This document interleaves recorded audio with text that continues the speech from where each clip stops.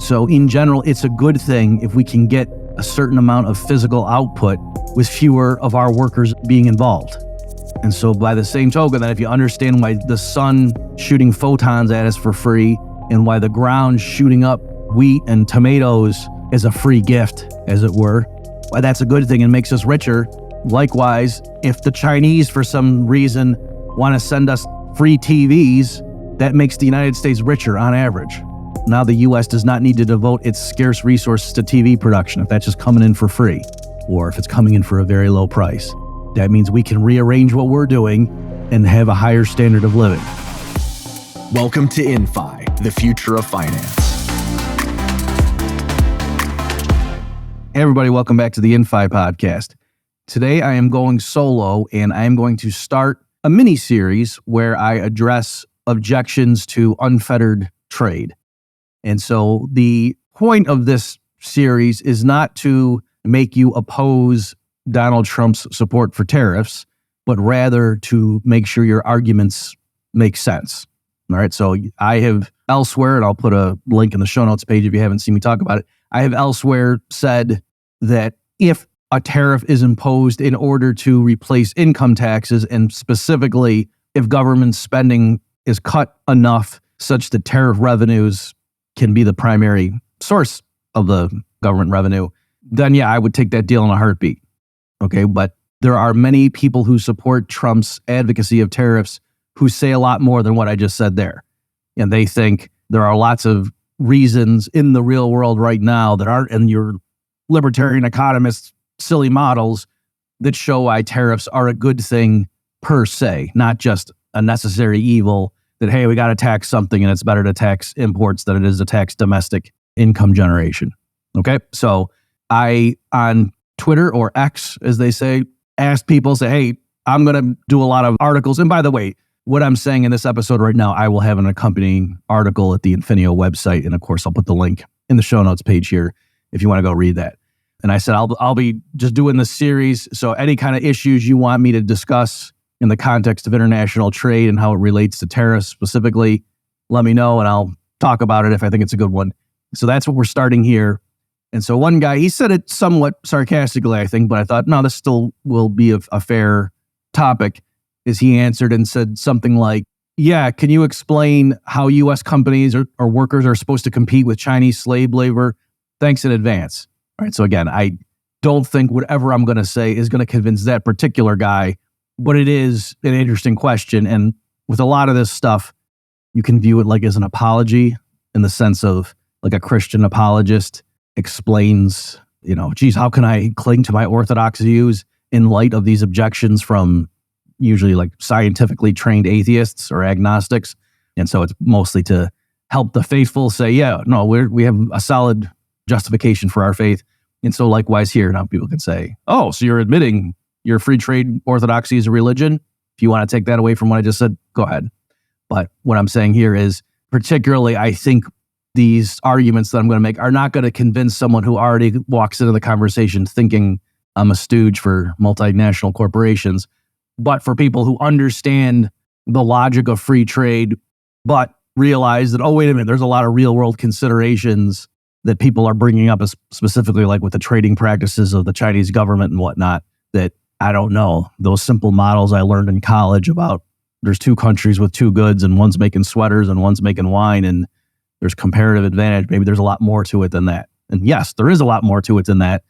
And so that's kind of the function of this series, is just to help you. In the grand scheme, I'm not trying to convince you one way or the other so much as to clear up the conversation or clean it up, let's say, and keep everybody focused. And so that we can just think through and see, oh, wait a minute, if we assume that, then it has these implications 3 steps later in the argument, just trying to clean things up so we can have a more civil discussion and move the ball down the field, as they say. Okay, so how would I respond to that gentleman's inquiry when he says, how are U.S. workers supposed to compete with Chinese slave labor? Before I answer that, let's take a step back. Let's just consider the domestic economy, right? Just consider the U.S. economy and consider the fact that there are teenage boys, like 17-year-olds. Let's make them 18, just so there's no issue about work requirements and whatever. I think once you're 18, there are special rules regulating how much you're allowed to work, hours per week and such. All right, let's say you're 18. So an 18-year-old young man who, let's say, just has a high school diploma, has never gone to college, 18 years old, just has a high school diploma. And we're going to compare him to a 25-year-old NBA star or a 35-year-old brain surgeon.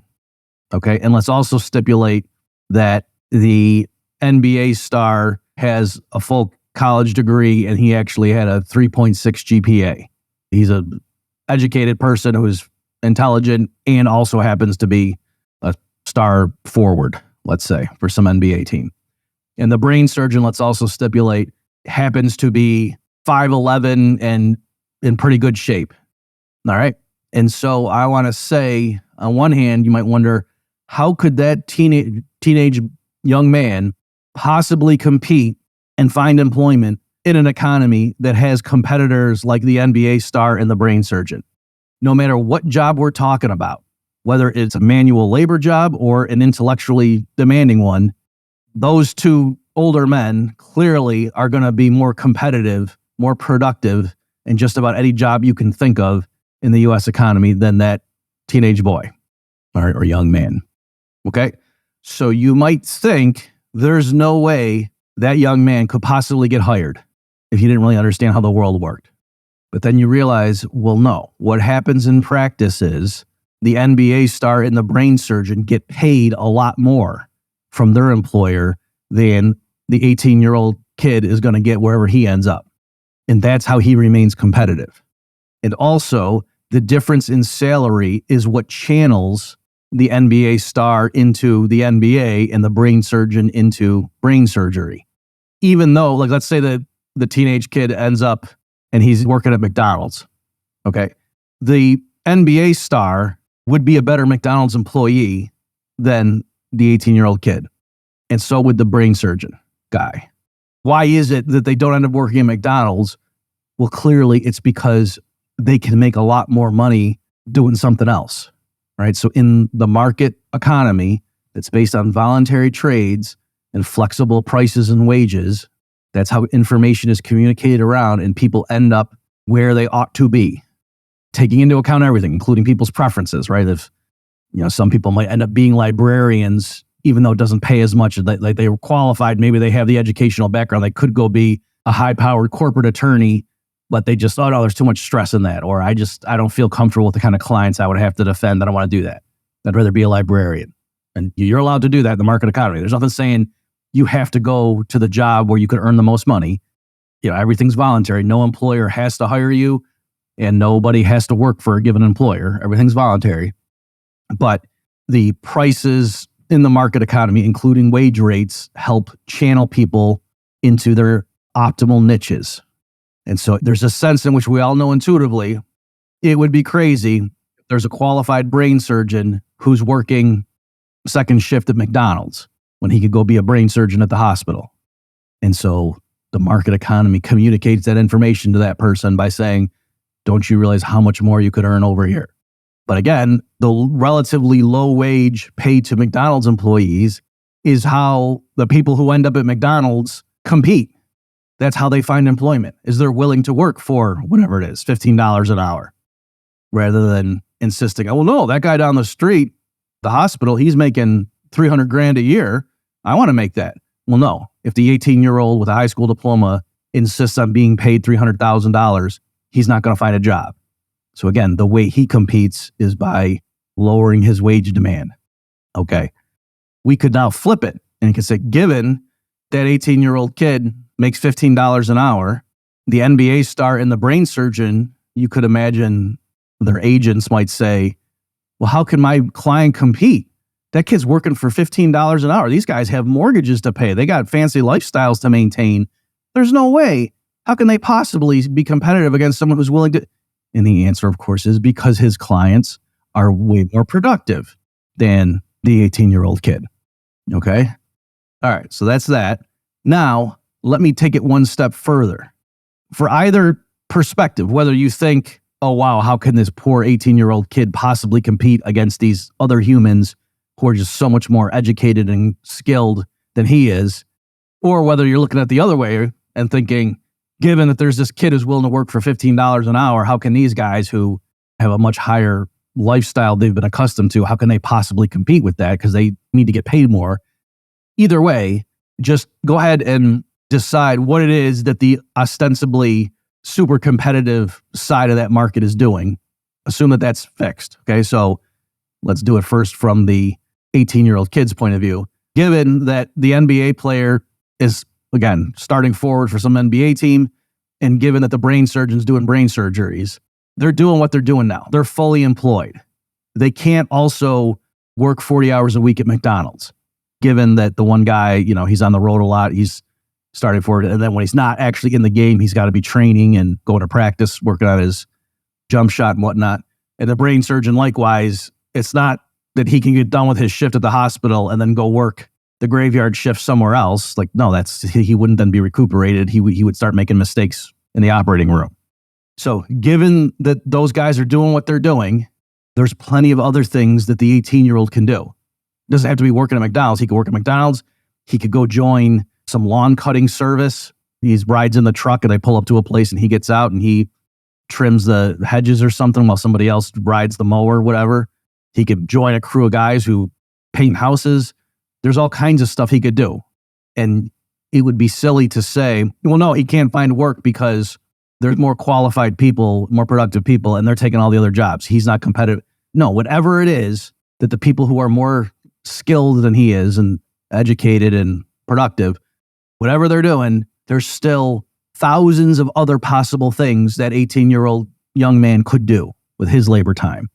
And he can find somebody with, mutually agreeable exchanges that occur where he can find someone who's willing to pay him enough for his labor such that the employer values that 18-year-old's labor hours more than the marginal dollars spent to purchase them, and vice versa, that 18-year-old is willing to sell his leisure on the margin in exchange for that money. And so they're both better off. And he can find some niche and do something because the NBA star and the brain surgeon only have 24 hours in the day.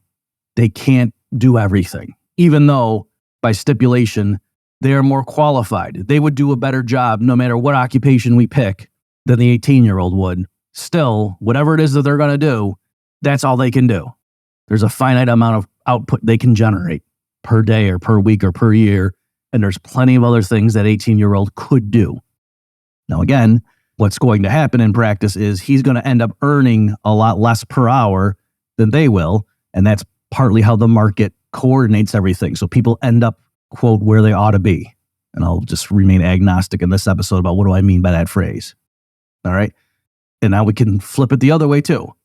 If we're coming from the perspective of, somebody who's charging a really low amount for his labor just can undercut everybody.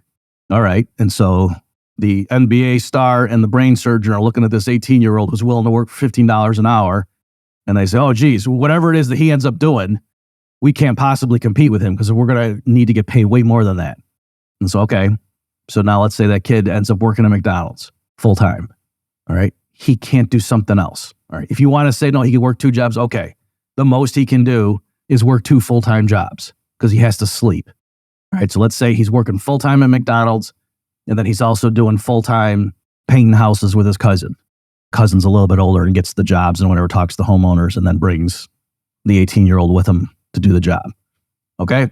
And let's also stipulate that the McDonald's restaurant, the guy hiring people, would prefer the 18-year-old willing to work for $15 an hour rather than hiring the NBA guy who says, I'm going to need at least $100,000 to consider taking this job. And he's like, no, I'll just have you work in the register and handing burgers and fries to people. I'm not paying you $100,000 for that. I can get this kid to do it for $15 an hour. Get out of here. Same thing with the brain surgeon. And they also could go to that kid's cousin and say, hey, will you be willing to paint houses? Can you pay me $100,000 a year to bring me along? And he says, no, get out. Are you crazy? No, I'm paying my cousin. He's willing to do it. Works out to about $17 an hour. Get out of here. So again, we can stipulate that wherever that kid ends up, because he's willing to work for such a low wage rate, he gets the job. And that the poor brain surgeon, poor NBA guy can't possibly compete with that kid. Still, that doesn't mean they're out of work because Go ahead and just let that kid do what he's going to do. He's working full-time at McDonald's, working full-time with his cousin. He can't do more than that. And now there's plenty of things that somebody with the skill set and educational backgrounds of those two older men that I talked about can still do. It's not that they can't find work because there's people in their economy willing to undercut them in terms of the wage demands. So again, in the market economy, if the government's not interfering with the determination of wage rates and prices, people can find mutually advantageous arrangements where they're willing to sell their labor hours to somebody else in exchange for money, and both sides benefit and everybody can find a place. And that, yes, what happens in practice is the people that are more skilled and productive earn more per hour. And that's how the market channels them to where they ought to be. And it's also how the people who really aren't very qualified at anything can still find employment. Okay, so that's how it works internally in the US economy. And so now I think people can probably see where this is going. Let's just generalize that. Right now, let's not talk about slave labor. Let's just talk about foreign workers who earn a lot less per hour once we adjust for the differences in the currencies and so on. All right. Most people around the world earn less per hour than US workers do on average. That's true. Does that mean in an unfettered, totally free trade environment where there were no government restrictions on the flow of goods across borders, does that mean that foreign workers would make everything and US workers wouldn't be able to find a job because it would be uncompetitive? No. And for the same reason that in the earlier example, the NBA player and the brain surgeon weren't threatened, they weren't permanently kept out of work because that 18-year-old's walking around willing to work for $15 an hour. It's the same thing here. I'm not going to do both sides of it. I'll just do the one side, since most people in this context that I'm arguing with are Americans and we're in the position of the brain surgeon in terms of the analogy. All right, so the argument goes, US workers can't possibly compete. Somebody sets up a factory in Bangladesh and they're cranking out sweaters or something, or flashlights. We can't compete. We can't make those in the United States because they're willing to work over there for the equivalent of $3 an hour. I'm making that up. I don't know what the average wage rate is in Bangladesh. Okay? So how can we possibly, US workers can't possibly compete, right? If some US factory tried to make flashlights here, at least of the same quality as like maybe the cheap versions that are getting produced over there in the Bangladesh factory, it wouldn't be profitable. That even though the US worker could probably make more flashlights per hour because we have more capital equipment here, they probably have better training, so on. We just have better logistical infrastructure. You know, the trucks getting the things to the distribution centers and whatnot is more efficient in the US than it is in Bangladesh. Plus, if we're selling it into a US market, we don't have to ship it across the ocean, right? So there's some advantages to making it domestically. But even so, suppose the numbers just work out that no, the US worker, the most we could pay them would be $9 an hour, and US workers who go into a factory and work 50-hour shifts, weekly shift, we'd have to pay them more than $9 an hour. They wouldn't do it. They would go work at McDonald's and make more there. So that we couldn't possibly employ them for that low wage rate. So it's not profitable. All right? So that might be true. But that doesn't mean, therefore, the US government better erect tariffs against the Bangladesh exports or imports into the US, because otherwise, how can US workers compete? No, that's the mechanism by which the global economy and the market forces channel the various workers around the world into where they ought to be. Again, with the caveats of everybody, it's voluntary. No one's forced to do something. Just like it would be crazy if the brain surgeon ended up working at McDonald's, so too, it would be crazy if the US workers are going to factories cranking out flashlights when they really should be doing something else. That their labor is more productive. They have the comparative advantage, if you're familiar with that phrase, in other things rather than making the flashlights. And so that's how, in this example, the market globally channels the Bangladesh workers into the factories making the flashlights, and the US workers do other things. In equilibrium, what's going to happen? The US workers are going to make a lot more per hour than their counterparts in Bangladesh. And that reflects the fact that the US workers are more skilled, have better training, work with more equipment, they're more physically productive. And so that's, since they make more per hour, that's why they get paid more per hour. All right, so it's the same principles. Okay, like I did with the other example, let's fix it. Whatever it is you think that all the workers around the world who are working, for a pittance, whatever it is they're going to make. They're going to make flashlights. They're going to make sweaters. They're going to make semiconductors in China. Fix whatever it is they're making. And now you say, does that mean U.S. workers can't do anything? Because everything that's made on planet Earth is already spoken for. There's nothing left for us to do here in the United States. We just got to sit around, watch TV. No, of course not. No matter what the rest of the world is doing, there's only a finite amount that their workers can produce. They've only got 24 hours in the day. So whatever it is that you think they're going to go ahead and make, okay, good. Now, you're saying there's nothing that U.S. workers can do? Of course they can. And so, again, it's just the same logic that let the 18-year-old do whatever he's going to do. And now, does that mean the brain surgeon and the NBA star can't find work? Of course, that's not what it means, right? It's the same thing here. Now, part of what's going on in these examples, when we're assuming that, oh, well, of course, the U.S. worker can't go into the factory and just make $9 an hour because that's just not, they could just go do something else. So that's why it's not profitable.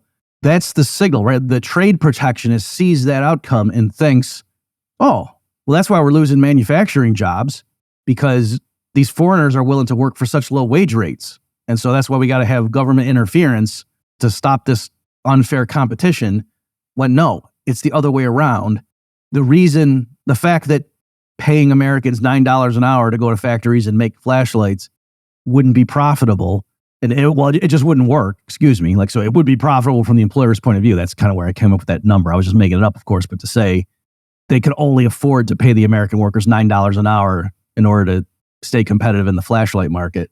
If that's true, that they can't do that because the American workers would just go somewhere else, that's the signal that, yeah, American workers, in this example, should not be going to factories day in and day out cranking out flashlights. It makes more sense for them to specialize in something else, and then we import flashlights that are made elsewhere. Okay? How does that happen? There's not central planners who have long tables of the various physical productivities in each occupation, and then they decide, the comparative advantage of the U.S. is in wheat production, in jet aircraft, and software, and financial services, and the comparative advantage in Bangladesh is in flashlight production and sweater production, and so therefore we'll give orders to the comrades to report Monday morning to these. No, there's nobody in charge. It's decentralized market forces that help channel everybody to where they should be. And so again, in the U.S., the fact that a particular industry, the people looking at the numbers would say, no, the amount we would be able to pay U.S. workers to do this, they would just go do something else. That's the market signal to say, right, they shouldn't be doing that. The workers should do something else. The fact that they can get paid more per hour doing something else is the market's way of saying their labor is more urgently needed elsewhere. They can contribute more to society by going somewhere else to work than going to that factory and making flashlights. Okay? So that's how that stuff works. Okay. Now, let me bring in the slavery element. So here, there's two different ways you can look at this. If you're going to make a moral argument and just say it's unseemly or distasteful or immoral or sinful or whatnot for us to participate in commerce with some other party that we think is using coercion against other people in order to get their items to sell to us, that's one thing. Okay, so if that's the argument that, hey, as a matter of principle, the U.S. government, I mean, you could make it just appealing to the direct people. There's like fair trade coffee movements and stuff that typically progressive left-leaning groups want to educate American consumers and say, hey, you should only buy coffee that's, our organization does the research and we know that these beans were sourced in environmentally sustainable ways from workers who were paid living wages and blah, blah, blah. As opposed to, oh yeah, this other cup of coffee is cheaper, but if you saw what was involved in getting that to your Starbucks, you'd be horrified. All right, if you saw what they were doing down in Brazil or whatever. So there's that element. Or you could even say, we don't trust educational campaigns because there's not enough people who are going to do the right thing. And so the government shouldn't even make it an option. And if the U.S. government believes slave labor was involved in the production of certain commodities, then just flat out, we don't have them coming in. So that would make sense to me. I'm not saying I would support it because I think in practice it would be abused. And also the U.S. government, in my mind, is not the paragon of voluntarism and freedom for humans, but that would at least make sense. What wouldn't make sense to me is to say we're going to have a tariff on foreign goods because we think slave labor is involved in the production of some of them. Like that doesn't make if you think it's slave labor and you're making a moral argument, it's not, yeah, in general, I try not to buy goods that are made through slavery, but unless it's a really good deal, then I do. But I also go and donate more to my church so I don't feel so bad about that would be kind of a weird stance, right? So if you're worried about foreign slave labor, tariffs don't, to me, make much sense as the policy solution to that. Okay. So again, if you're making a moral argument, just like if you're trying to buy a legit roll and you're thinking, no, either that's a knockoff or if it isn't, that's stolen. And so you don't buy it from the guy just because you don't want to support theft. And you realize if there's all kinds of people who buy stolen goods and that kind of supports that industry. So there, if you're doing it for moral reasons, that makes total sense. But the guy asking the question to me, I think meant something more than that. I think he was saying the U.S. is hurt economically if it foolishly allows imports to flow into the country that the workers involved were not being paid what they would have demanded in a voluntary market. So like, in other words, if the producers of these Chinese imported goods into the U.S., if the producers were able to have lower costs of production because they used coercion against the employees that were involved. And so I think this guy is arguing, it's not just that, oh yes, we would benefit from that. Just like, oh yeah, if I could save money by buying the stolen Rolex, looking narrowly at the cost benefit, well, gee, if it's truly the same quality watch, like if it's not a knockoff, if it's a genuine article, but because the guy stole it, that he's given it to me for 50% of the normal price, that doesn't make me poorer. That makes me richer. I saved money. I got the same watch for a lower price. That helps me economically in narrow pecuniary terms. It's just maybe there's the principle involved, and in general, I don't want to encourage theft and so forth. So with this guy's argument, I'm saying likewise, if there's countries around the world that are willing to sell us goods at lower prices because their people work for lower wages, that actually helps us on average, financially and economically. Again, it might be the wrong thing morally, just like me spending less for a Rolex, even though I kind of know this is probably stolen, helps me financially, but maybe it's the wrong thing to do. That's what I'm saying is like. So again, if you want to oppose it because it's immoral, that's fine, but don't think thereby enriching Americans by, oh yeah, we only deal with other people who pay their workers a living wage and they have other, environmental standards in their operations and whatever and so forth, right? That I'm saying you're not thinking of it the right way. Okay, so how then could it be that getting, let's say, artificially cheap imports makes Americans richer on average? And I'm saying on average because yes, it can hurt some people and help others. That if you are a worker who has specialized skills, especially if you've been working in an industry for a long time, and so the most productive thing for you to do is to make cars in Detroit, and then the Japanese government, let's say, subsidizes their car exports. And so they make their exports artificially cheap. So in a sense, it's like the Japanese people are forced to give us gifts that they wouldn't do individually, voluntarily, but the Japanese government's kind of forcing them to do it. And so we get cars coming in that U.S. workers can't possibly compete against because the Japanese government is putting its thumb on the scales. Right? Let's just say that kind of situation. Yes, the U.S. workers who now can't sell as many cars because they're the ones who are employed in Detroit auto factories, they are hurt by that policy of the Japanese government, but their pain is more than offset by the gains to U.S. motorists who now have cheaper cars. Okay, I'm not going to try to prove that to you right now. I'm saying that's a standard result in this literature. All right. And so likewise, if you understand the logic there, it's a similar kind of analysis that would apply if there's some government like China that forces people to go to factories and they make products that then they ship to the U.S. And those people, it's not a voluntary operation, that the way the Chinese government, like the state-owned enterprise or whatever it is, gets those people to work long, grueling shifts and to crank out the product, and that they only pay them a subsistence wage. The only way that that's feasible as an enterprise is because those people really don't have exit options, that really left to their own druthers, they would go work at some other line, and that factory couldn't be making that stuff and charge such a low price to U.S. consumers. Even so, from the U.S. perspective, the fact that we have these now artificially cheap goods coming in makes us richer on average in a narrow pecuniary sense. Just like having the option to buy stolen Rolexes doesn't hurt you financially. Okay? And just to drive that point home, let me remind you, or tell you for the first time if you've ever heard it, of Frederick Bastiat's famous satirical essay called The Petition of the Candlemakers.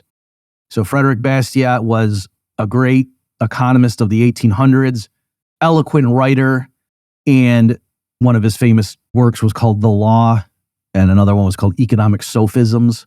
He was the original inventor of the broken window essay that then Henry Hazlitt adapted. Okay, and obviously Bastiat wrote all his stuff in French. And so one of his most famous essays is called The Petition of the Candlemakers. It was an argument for free trade.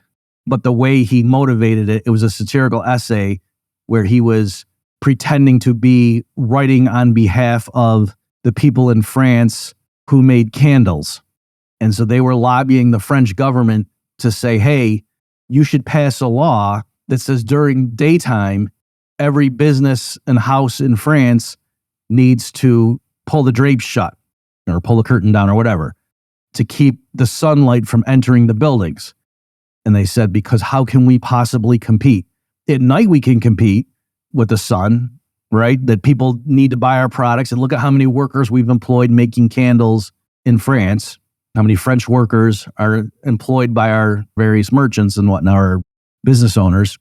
But we would do so much more business. We could employ so many more Frenchmen making candles if you could keep out this unfair competition from the sun. Because you just think about it, during the daytime, all of this illumination flows in for free, undercutting us. We can't possibly compete with that. It's unfair. And so clearly you would make France richer if you would keep out this unfair dumping of sunlight into France during the daytime hours. Okay. And so what's interesting is, again, Bastiat does a very good job of mimicking protectionist arguments for, conventional manufacturers who are complaining to their government about we can't compete with these cheap foreign imports. And so that's why you got to keep them out.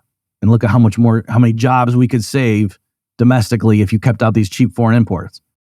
And so the logic is the same, that look at how many more candles we would make, or in our day, we could say, look at how many more light bulbs we would sell if you kept out this unfair competition from the sun. So clearly that's insane, but it's useful. Don't just move on and say, oh, come on, we're not talking about sunlight. We're talking about Chinese slave labor. No. First of all, walk through, understand why is it insane? What's wrong with Bastiat's satirical argument? You need to answer that. And the reason is, or one way of putting it, is that the sunlight coming in for free is a gift from nature that helps humanity. So we don't have to waste our scarce resources, including manpower, into making more candles. That frees up a bunch of the French workforce that they don't have to make that many candles. We only need the candles at night for birthday parties. Okay? And so that allows the French standard of living to be higher. So it's true, it might be the case that the people directly employed in candle production, maybe they would be better off. It's hard to say because sunlight's so valuable just in general. Like, I don't think anybody would want to live in a world with no sun. But, I mean, with no sun, we'd all die. But you get what I'm saying, with no bright sunlight during the day. But even so, yeah, you could imagine possibly the small group of people who directly make candles, if the demand for candles went way up because the sun was restricted from at least, illuminating interiors, let's say, like maybe walking around outside, it's still bright at noon, but inside it's not. Yeah, maybe they would be better off. But clearly French society as a whole would have a lower standard of living if the government had passed that silly law, right? And so you can just generalize that principle. In general, it's good that, where does our food come from? Well, it's actually kind of neat. We just take these seeds and we put them in the ground and you kind of just wait. Now, there's other things you can do to enhance the output, the yield, but really there's a sense in which food is kind of this gift from nature. And that if it were harder, if you had to expend more labor hours to get the same physical harvest every season, that wouldn't be good. That wouldn't make us richer because, oh, now we can find more employment for our people. No, that would make us poorer. That would mean, oh, no, we have to devote more of our people to food production in order to feed everybody. And so that means that we don't have workers to be able to make more cars or to do more brain surgeries or to work more shifts at McDonald's. So in general, it's a good thing if we can get a certain amount of physical output with fewer of our workers being involved. And so by the same token, that if you understand why the sun shooting photons at us for free and why the ground shooting up wheat and tomatoes is a free gift, as it were, why that's a good thing and makes us richer. Likewise, if the Chinese, for some reason, want to send us free TVs, that makes the United States richer on average. Now the U.S. does not need to devote its scarce resources to TV production if that's just coming in for free or if it's coming in for a very low price. That means we can rearrange what we're doing and have a higher standard of living. Okay, so that's the way to think about this stuff. Last point I'll make is, well, two more points. One way is if you're you're like, still about, but something about the slavery is making us poor. Okay, suppose we're not talking about slavery. Like, are you okay with, it's hard to do this with the United States because we can make so much stuff domestically, but think of like Hong Kong. Hong Kong imports almost all of its food, right? Just think it through why that is, because it's a very financially sophisticated island. The real estate's very valuable. And so it would be inefficient on Hong Kong itself to devote a lot of acres to farmland and to, raising pigs and dairy cows and stuff like that, right? So Hong Kong, the people of Hong Kong specialize in other things, including like financial services, where the amount of economic output per acre is much higher than it is on a farm. And they export those items, those goods and services, and they use the foreign exchange they thereby raise in order to import food, a lot of which is made on the Chinese mainland. Okay? So I think most people are going to agree, even the fans of Trump and the people who want to have tariff barriers and whatnot and say buy local. I think most people would agree the people of Hong Kong, if their regional government, not taking a stance on is Hong Kong part of China or not, but if the authorities were to say, you know what, this is crazy, we got to provide employment for the people of Hong Kong, let's now ban foreign imports of food, and we got to just eat local, and that every morsel of food that somebody on Hong Kong ate had to be produced on the island itself, I think most people would agree that would be silly. That wouldn't work. Like, people would start starving. What would happen is people would leave the island. They would either go move somewhere because there wouldn't be enough to support them. That would ruin Hong Kong if you had enacted such a crazy policy. Okay? So I think most people agree with that. And so most people would be okay with, yeah, I'm okay with Hong Kong importing most of its food. All right? Now, what if it turned out, and you would say, there's a sense in which allowing for that makes Hong Kong richer.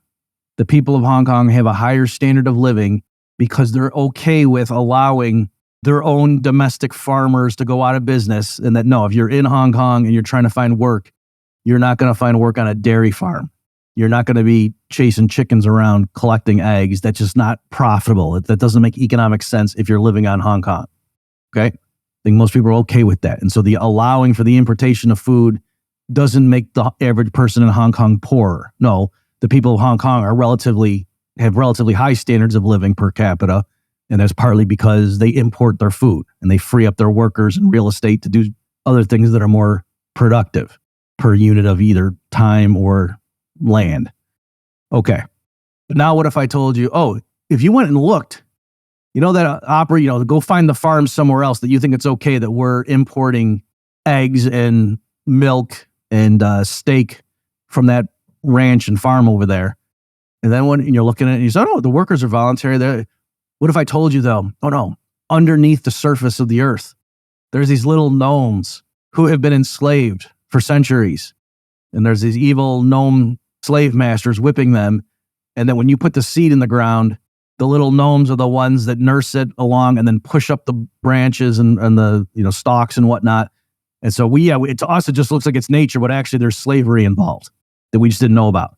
Learning that fact, would that all of a sudden mean that the people in Hong Kong were now poorer because of all this food coming in and that they were mingling their commerce with slave labor? And actually now the food coming in those board that 2 minutes ago, you were pretty sure, oh yeah, the fact that Hong Kong imports its food makes their economy stronger, have a higher standard of living for its people. But now turned out all that agriculture was based on slave labor, unbeknownst to you. Would you now flip and say, oh, now all these tomatoes and such coming in make the people of Hong Kong poorer than if we just block those tomatoes from coming in? No, obviously not. Okay. Again, you might say, oh, geez, we didn't know that there was slavery involved. Those poor gnomes. Let's have a hiatus on imports until we get to the bottom of this. But that would make your people poor while you were doing that inquiry. So again, I'm not saying, hey, forget principles, buy from whoever gives you the lowest price, and I don't care if there's slavery involved. That's not what I'm saying. I'm saying it doesn't make you poor to get something cheap. Other things equal, getting a given quality of goods or services at a lower price expands your options. It leaves you with more money left over to go buy other things. Okay, so again, if you think a watch is stolen, I'm not saying you should buy it, but the reason's not because, paying less for this watch would make me poor. That's not the reason. That's goofy. Okay, one last point I'll make. In general, slavery is very inefficient. So foreign countries that rely on slave labor, in the aggregate, they're hampering their competitiveness with the United States. They're keeping their economy as a relative backwater, right? In the U.S. Civil War, why was it that the Union was able to build a big navy to go and blockade the South? And how come the Union had a bigger army with better equipment that invaded the South and burned its cities to the ground? How come it wasn't vice versa? How could the northern states have possibly competed with the southern states since they had massive reliance on slave labor? Why was the North richer than the South? Because slave labor is inefficient. All right, and I will link in the show notes page. I've made that case elsewhere at more length. But I'm just saying, in general, if there's one group that enslaves a bunch of its people in order to sell cheap goods to some other group, the enslaved group is the one who suffers. They're the ones who are poor. The other people who are getting the products of it, if anything, are better because of that. Economically speaking, again, not morally, but economically speaking. So, overall conclusion, if foreign governments want to engage in practices, not just outright slavery, but giving subsidies to their exporters and whatnot, artificially manipulating their currencies to make them weaker to encourage exports to the U.S., that sort of thing. If they engage in policies to provide cheaper goods to the United States, other things equal, that benefits the U.S. on average. It helps U.S. consumers more than it hurts the U.S. workers who are specializing in that particular industry. And so that's not an argument for tariffs in order to maintain U.S. competitiveness. Whatever it is that the rest of the workers on planet Earth are doing, there's always plenty of stuff for U.S. workers to do on top of that. And so that's my response to the question, how can U.S. workers remain competitive if, for example, the Chinese rely on slave labor? Thanks for tuning in, everybody. And if you have a question you'd like me to field, feel free to find me on Twitter. I'm at Bob Murphy Econ, or you can go to the Infineo website and email us here. Thanks for tuning in. See you next time.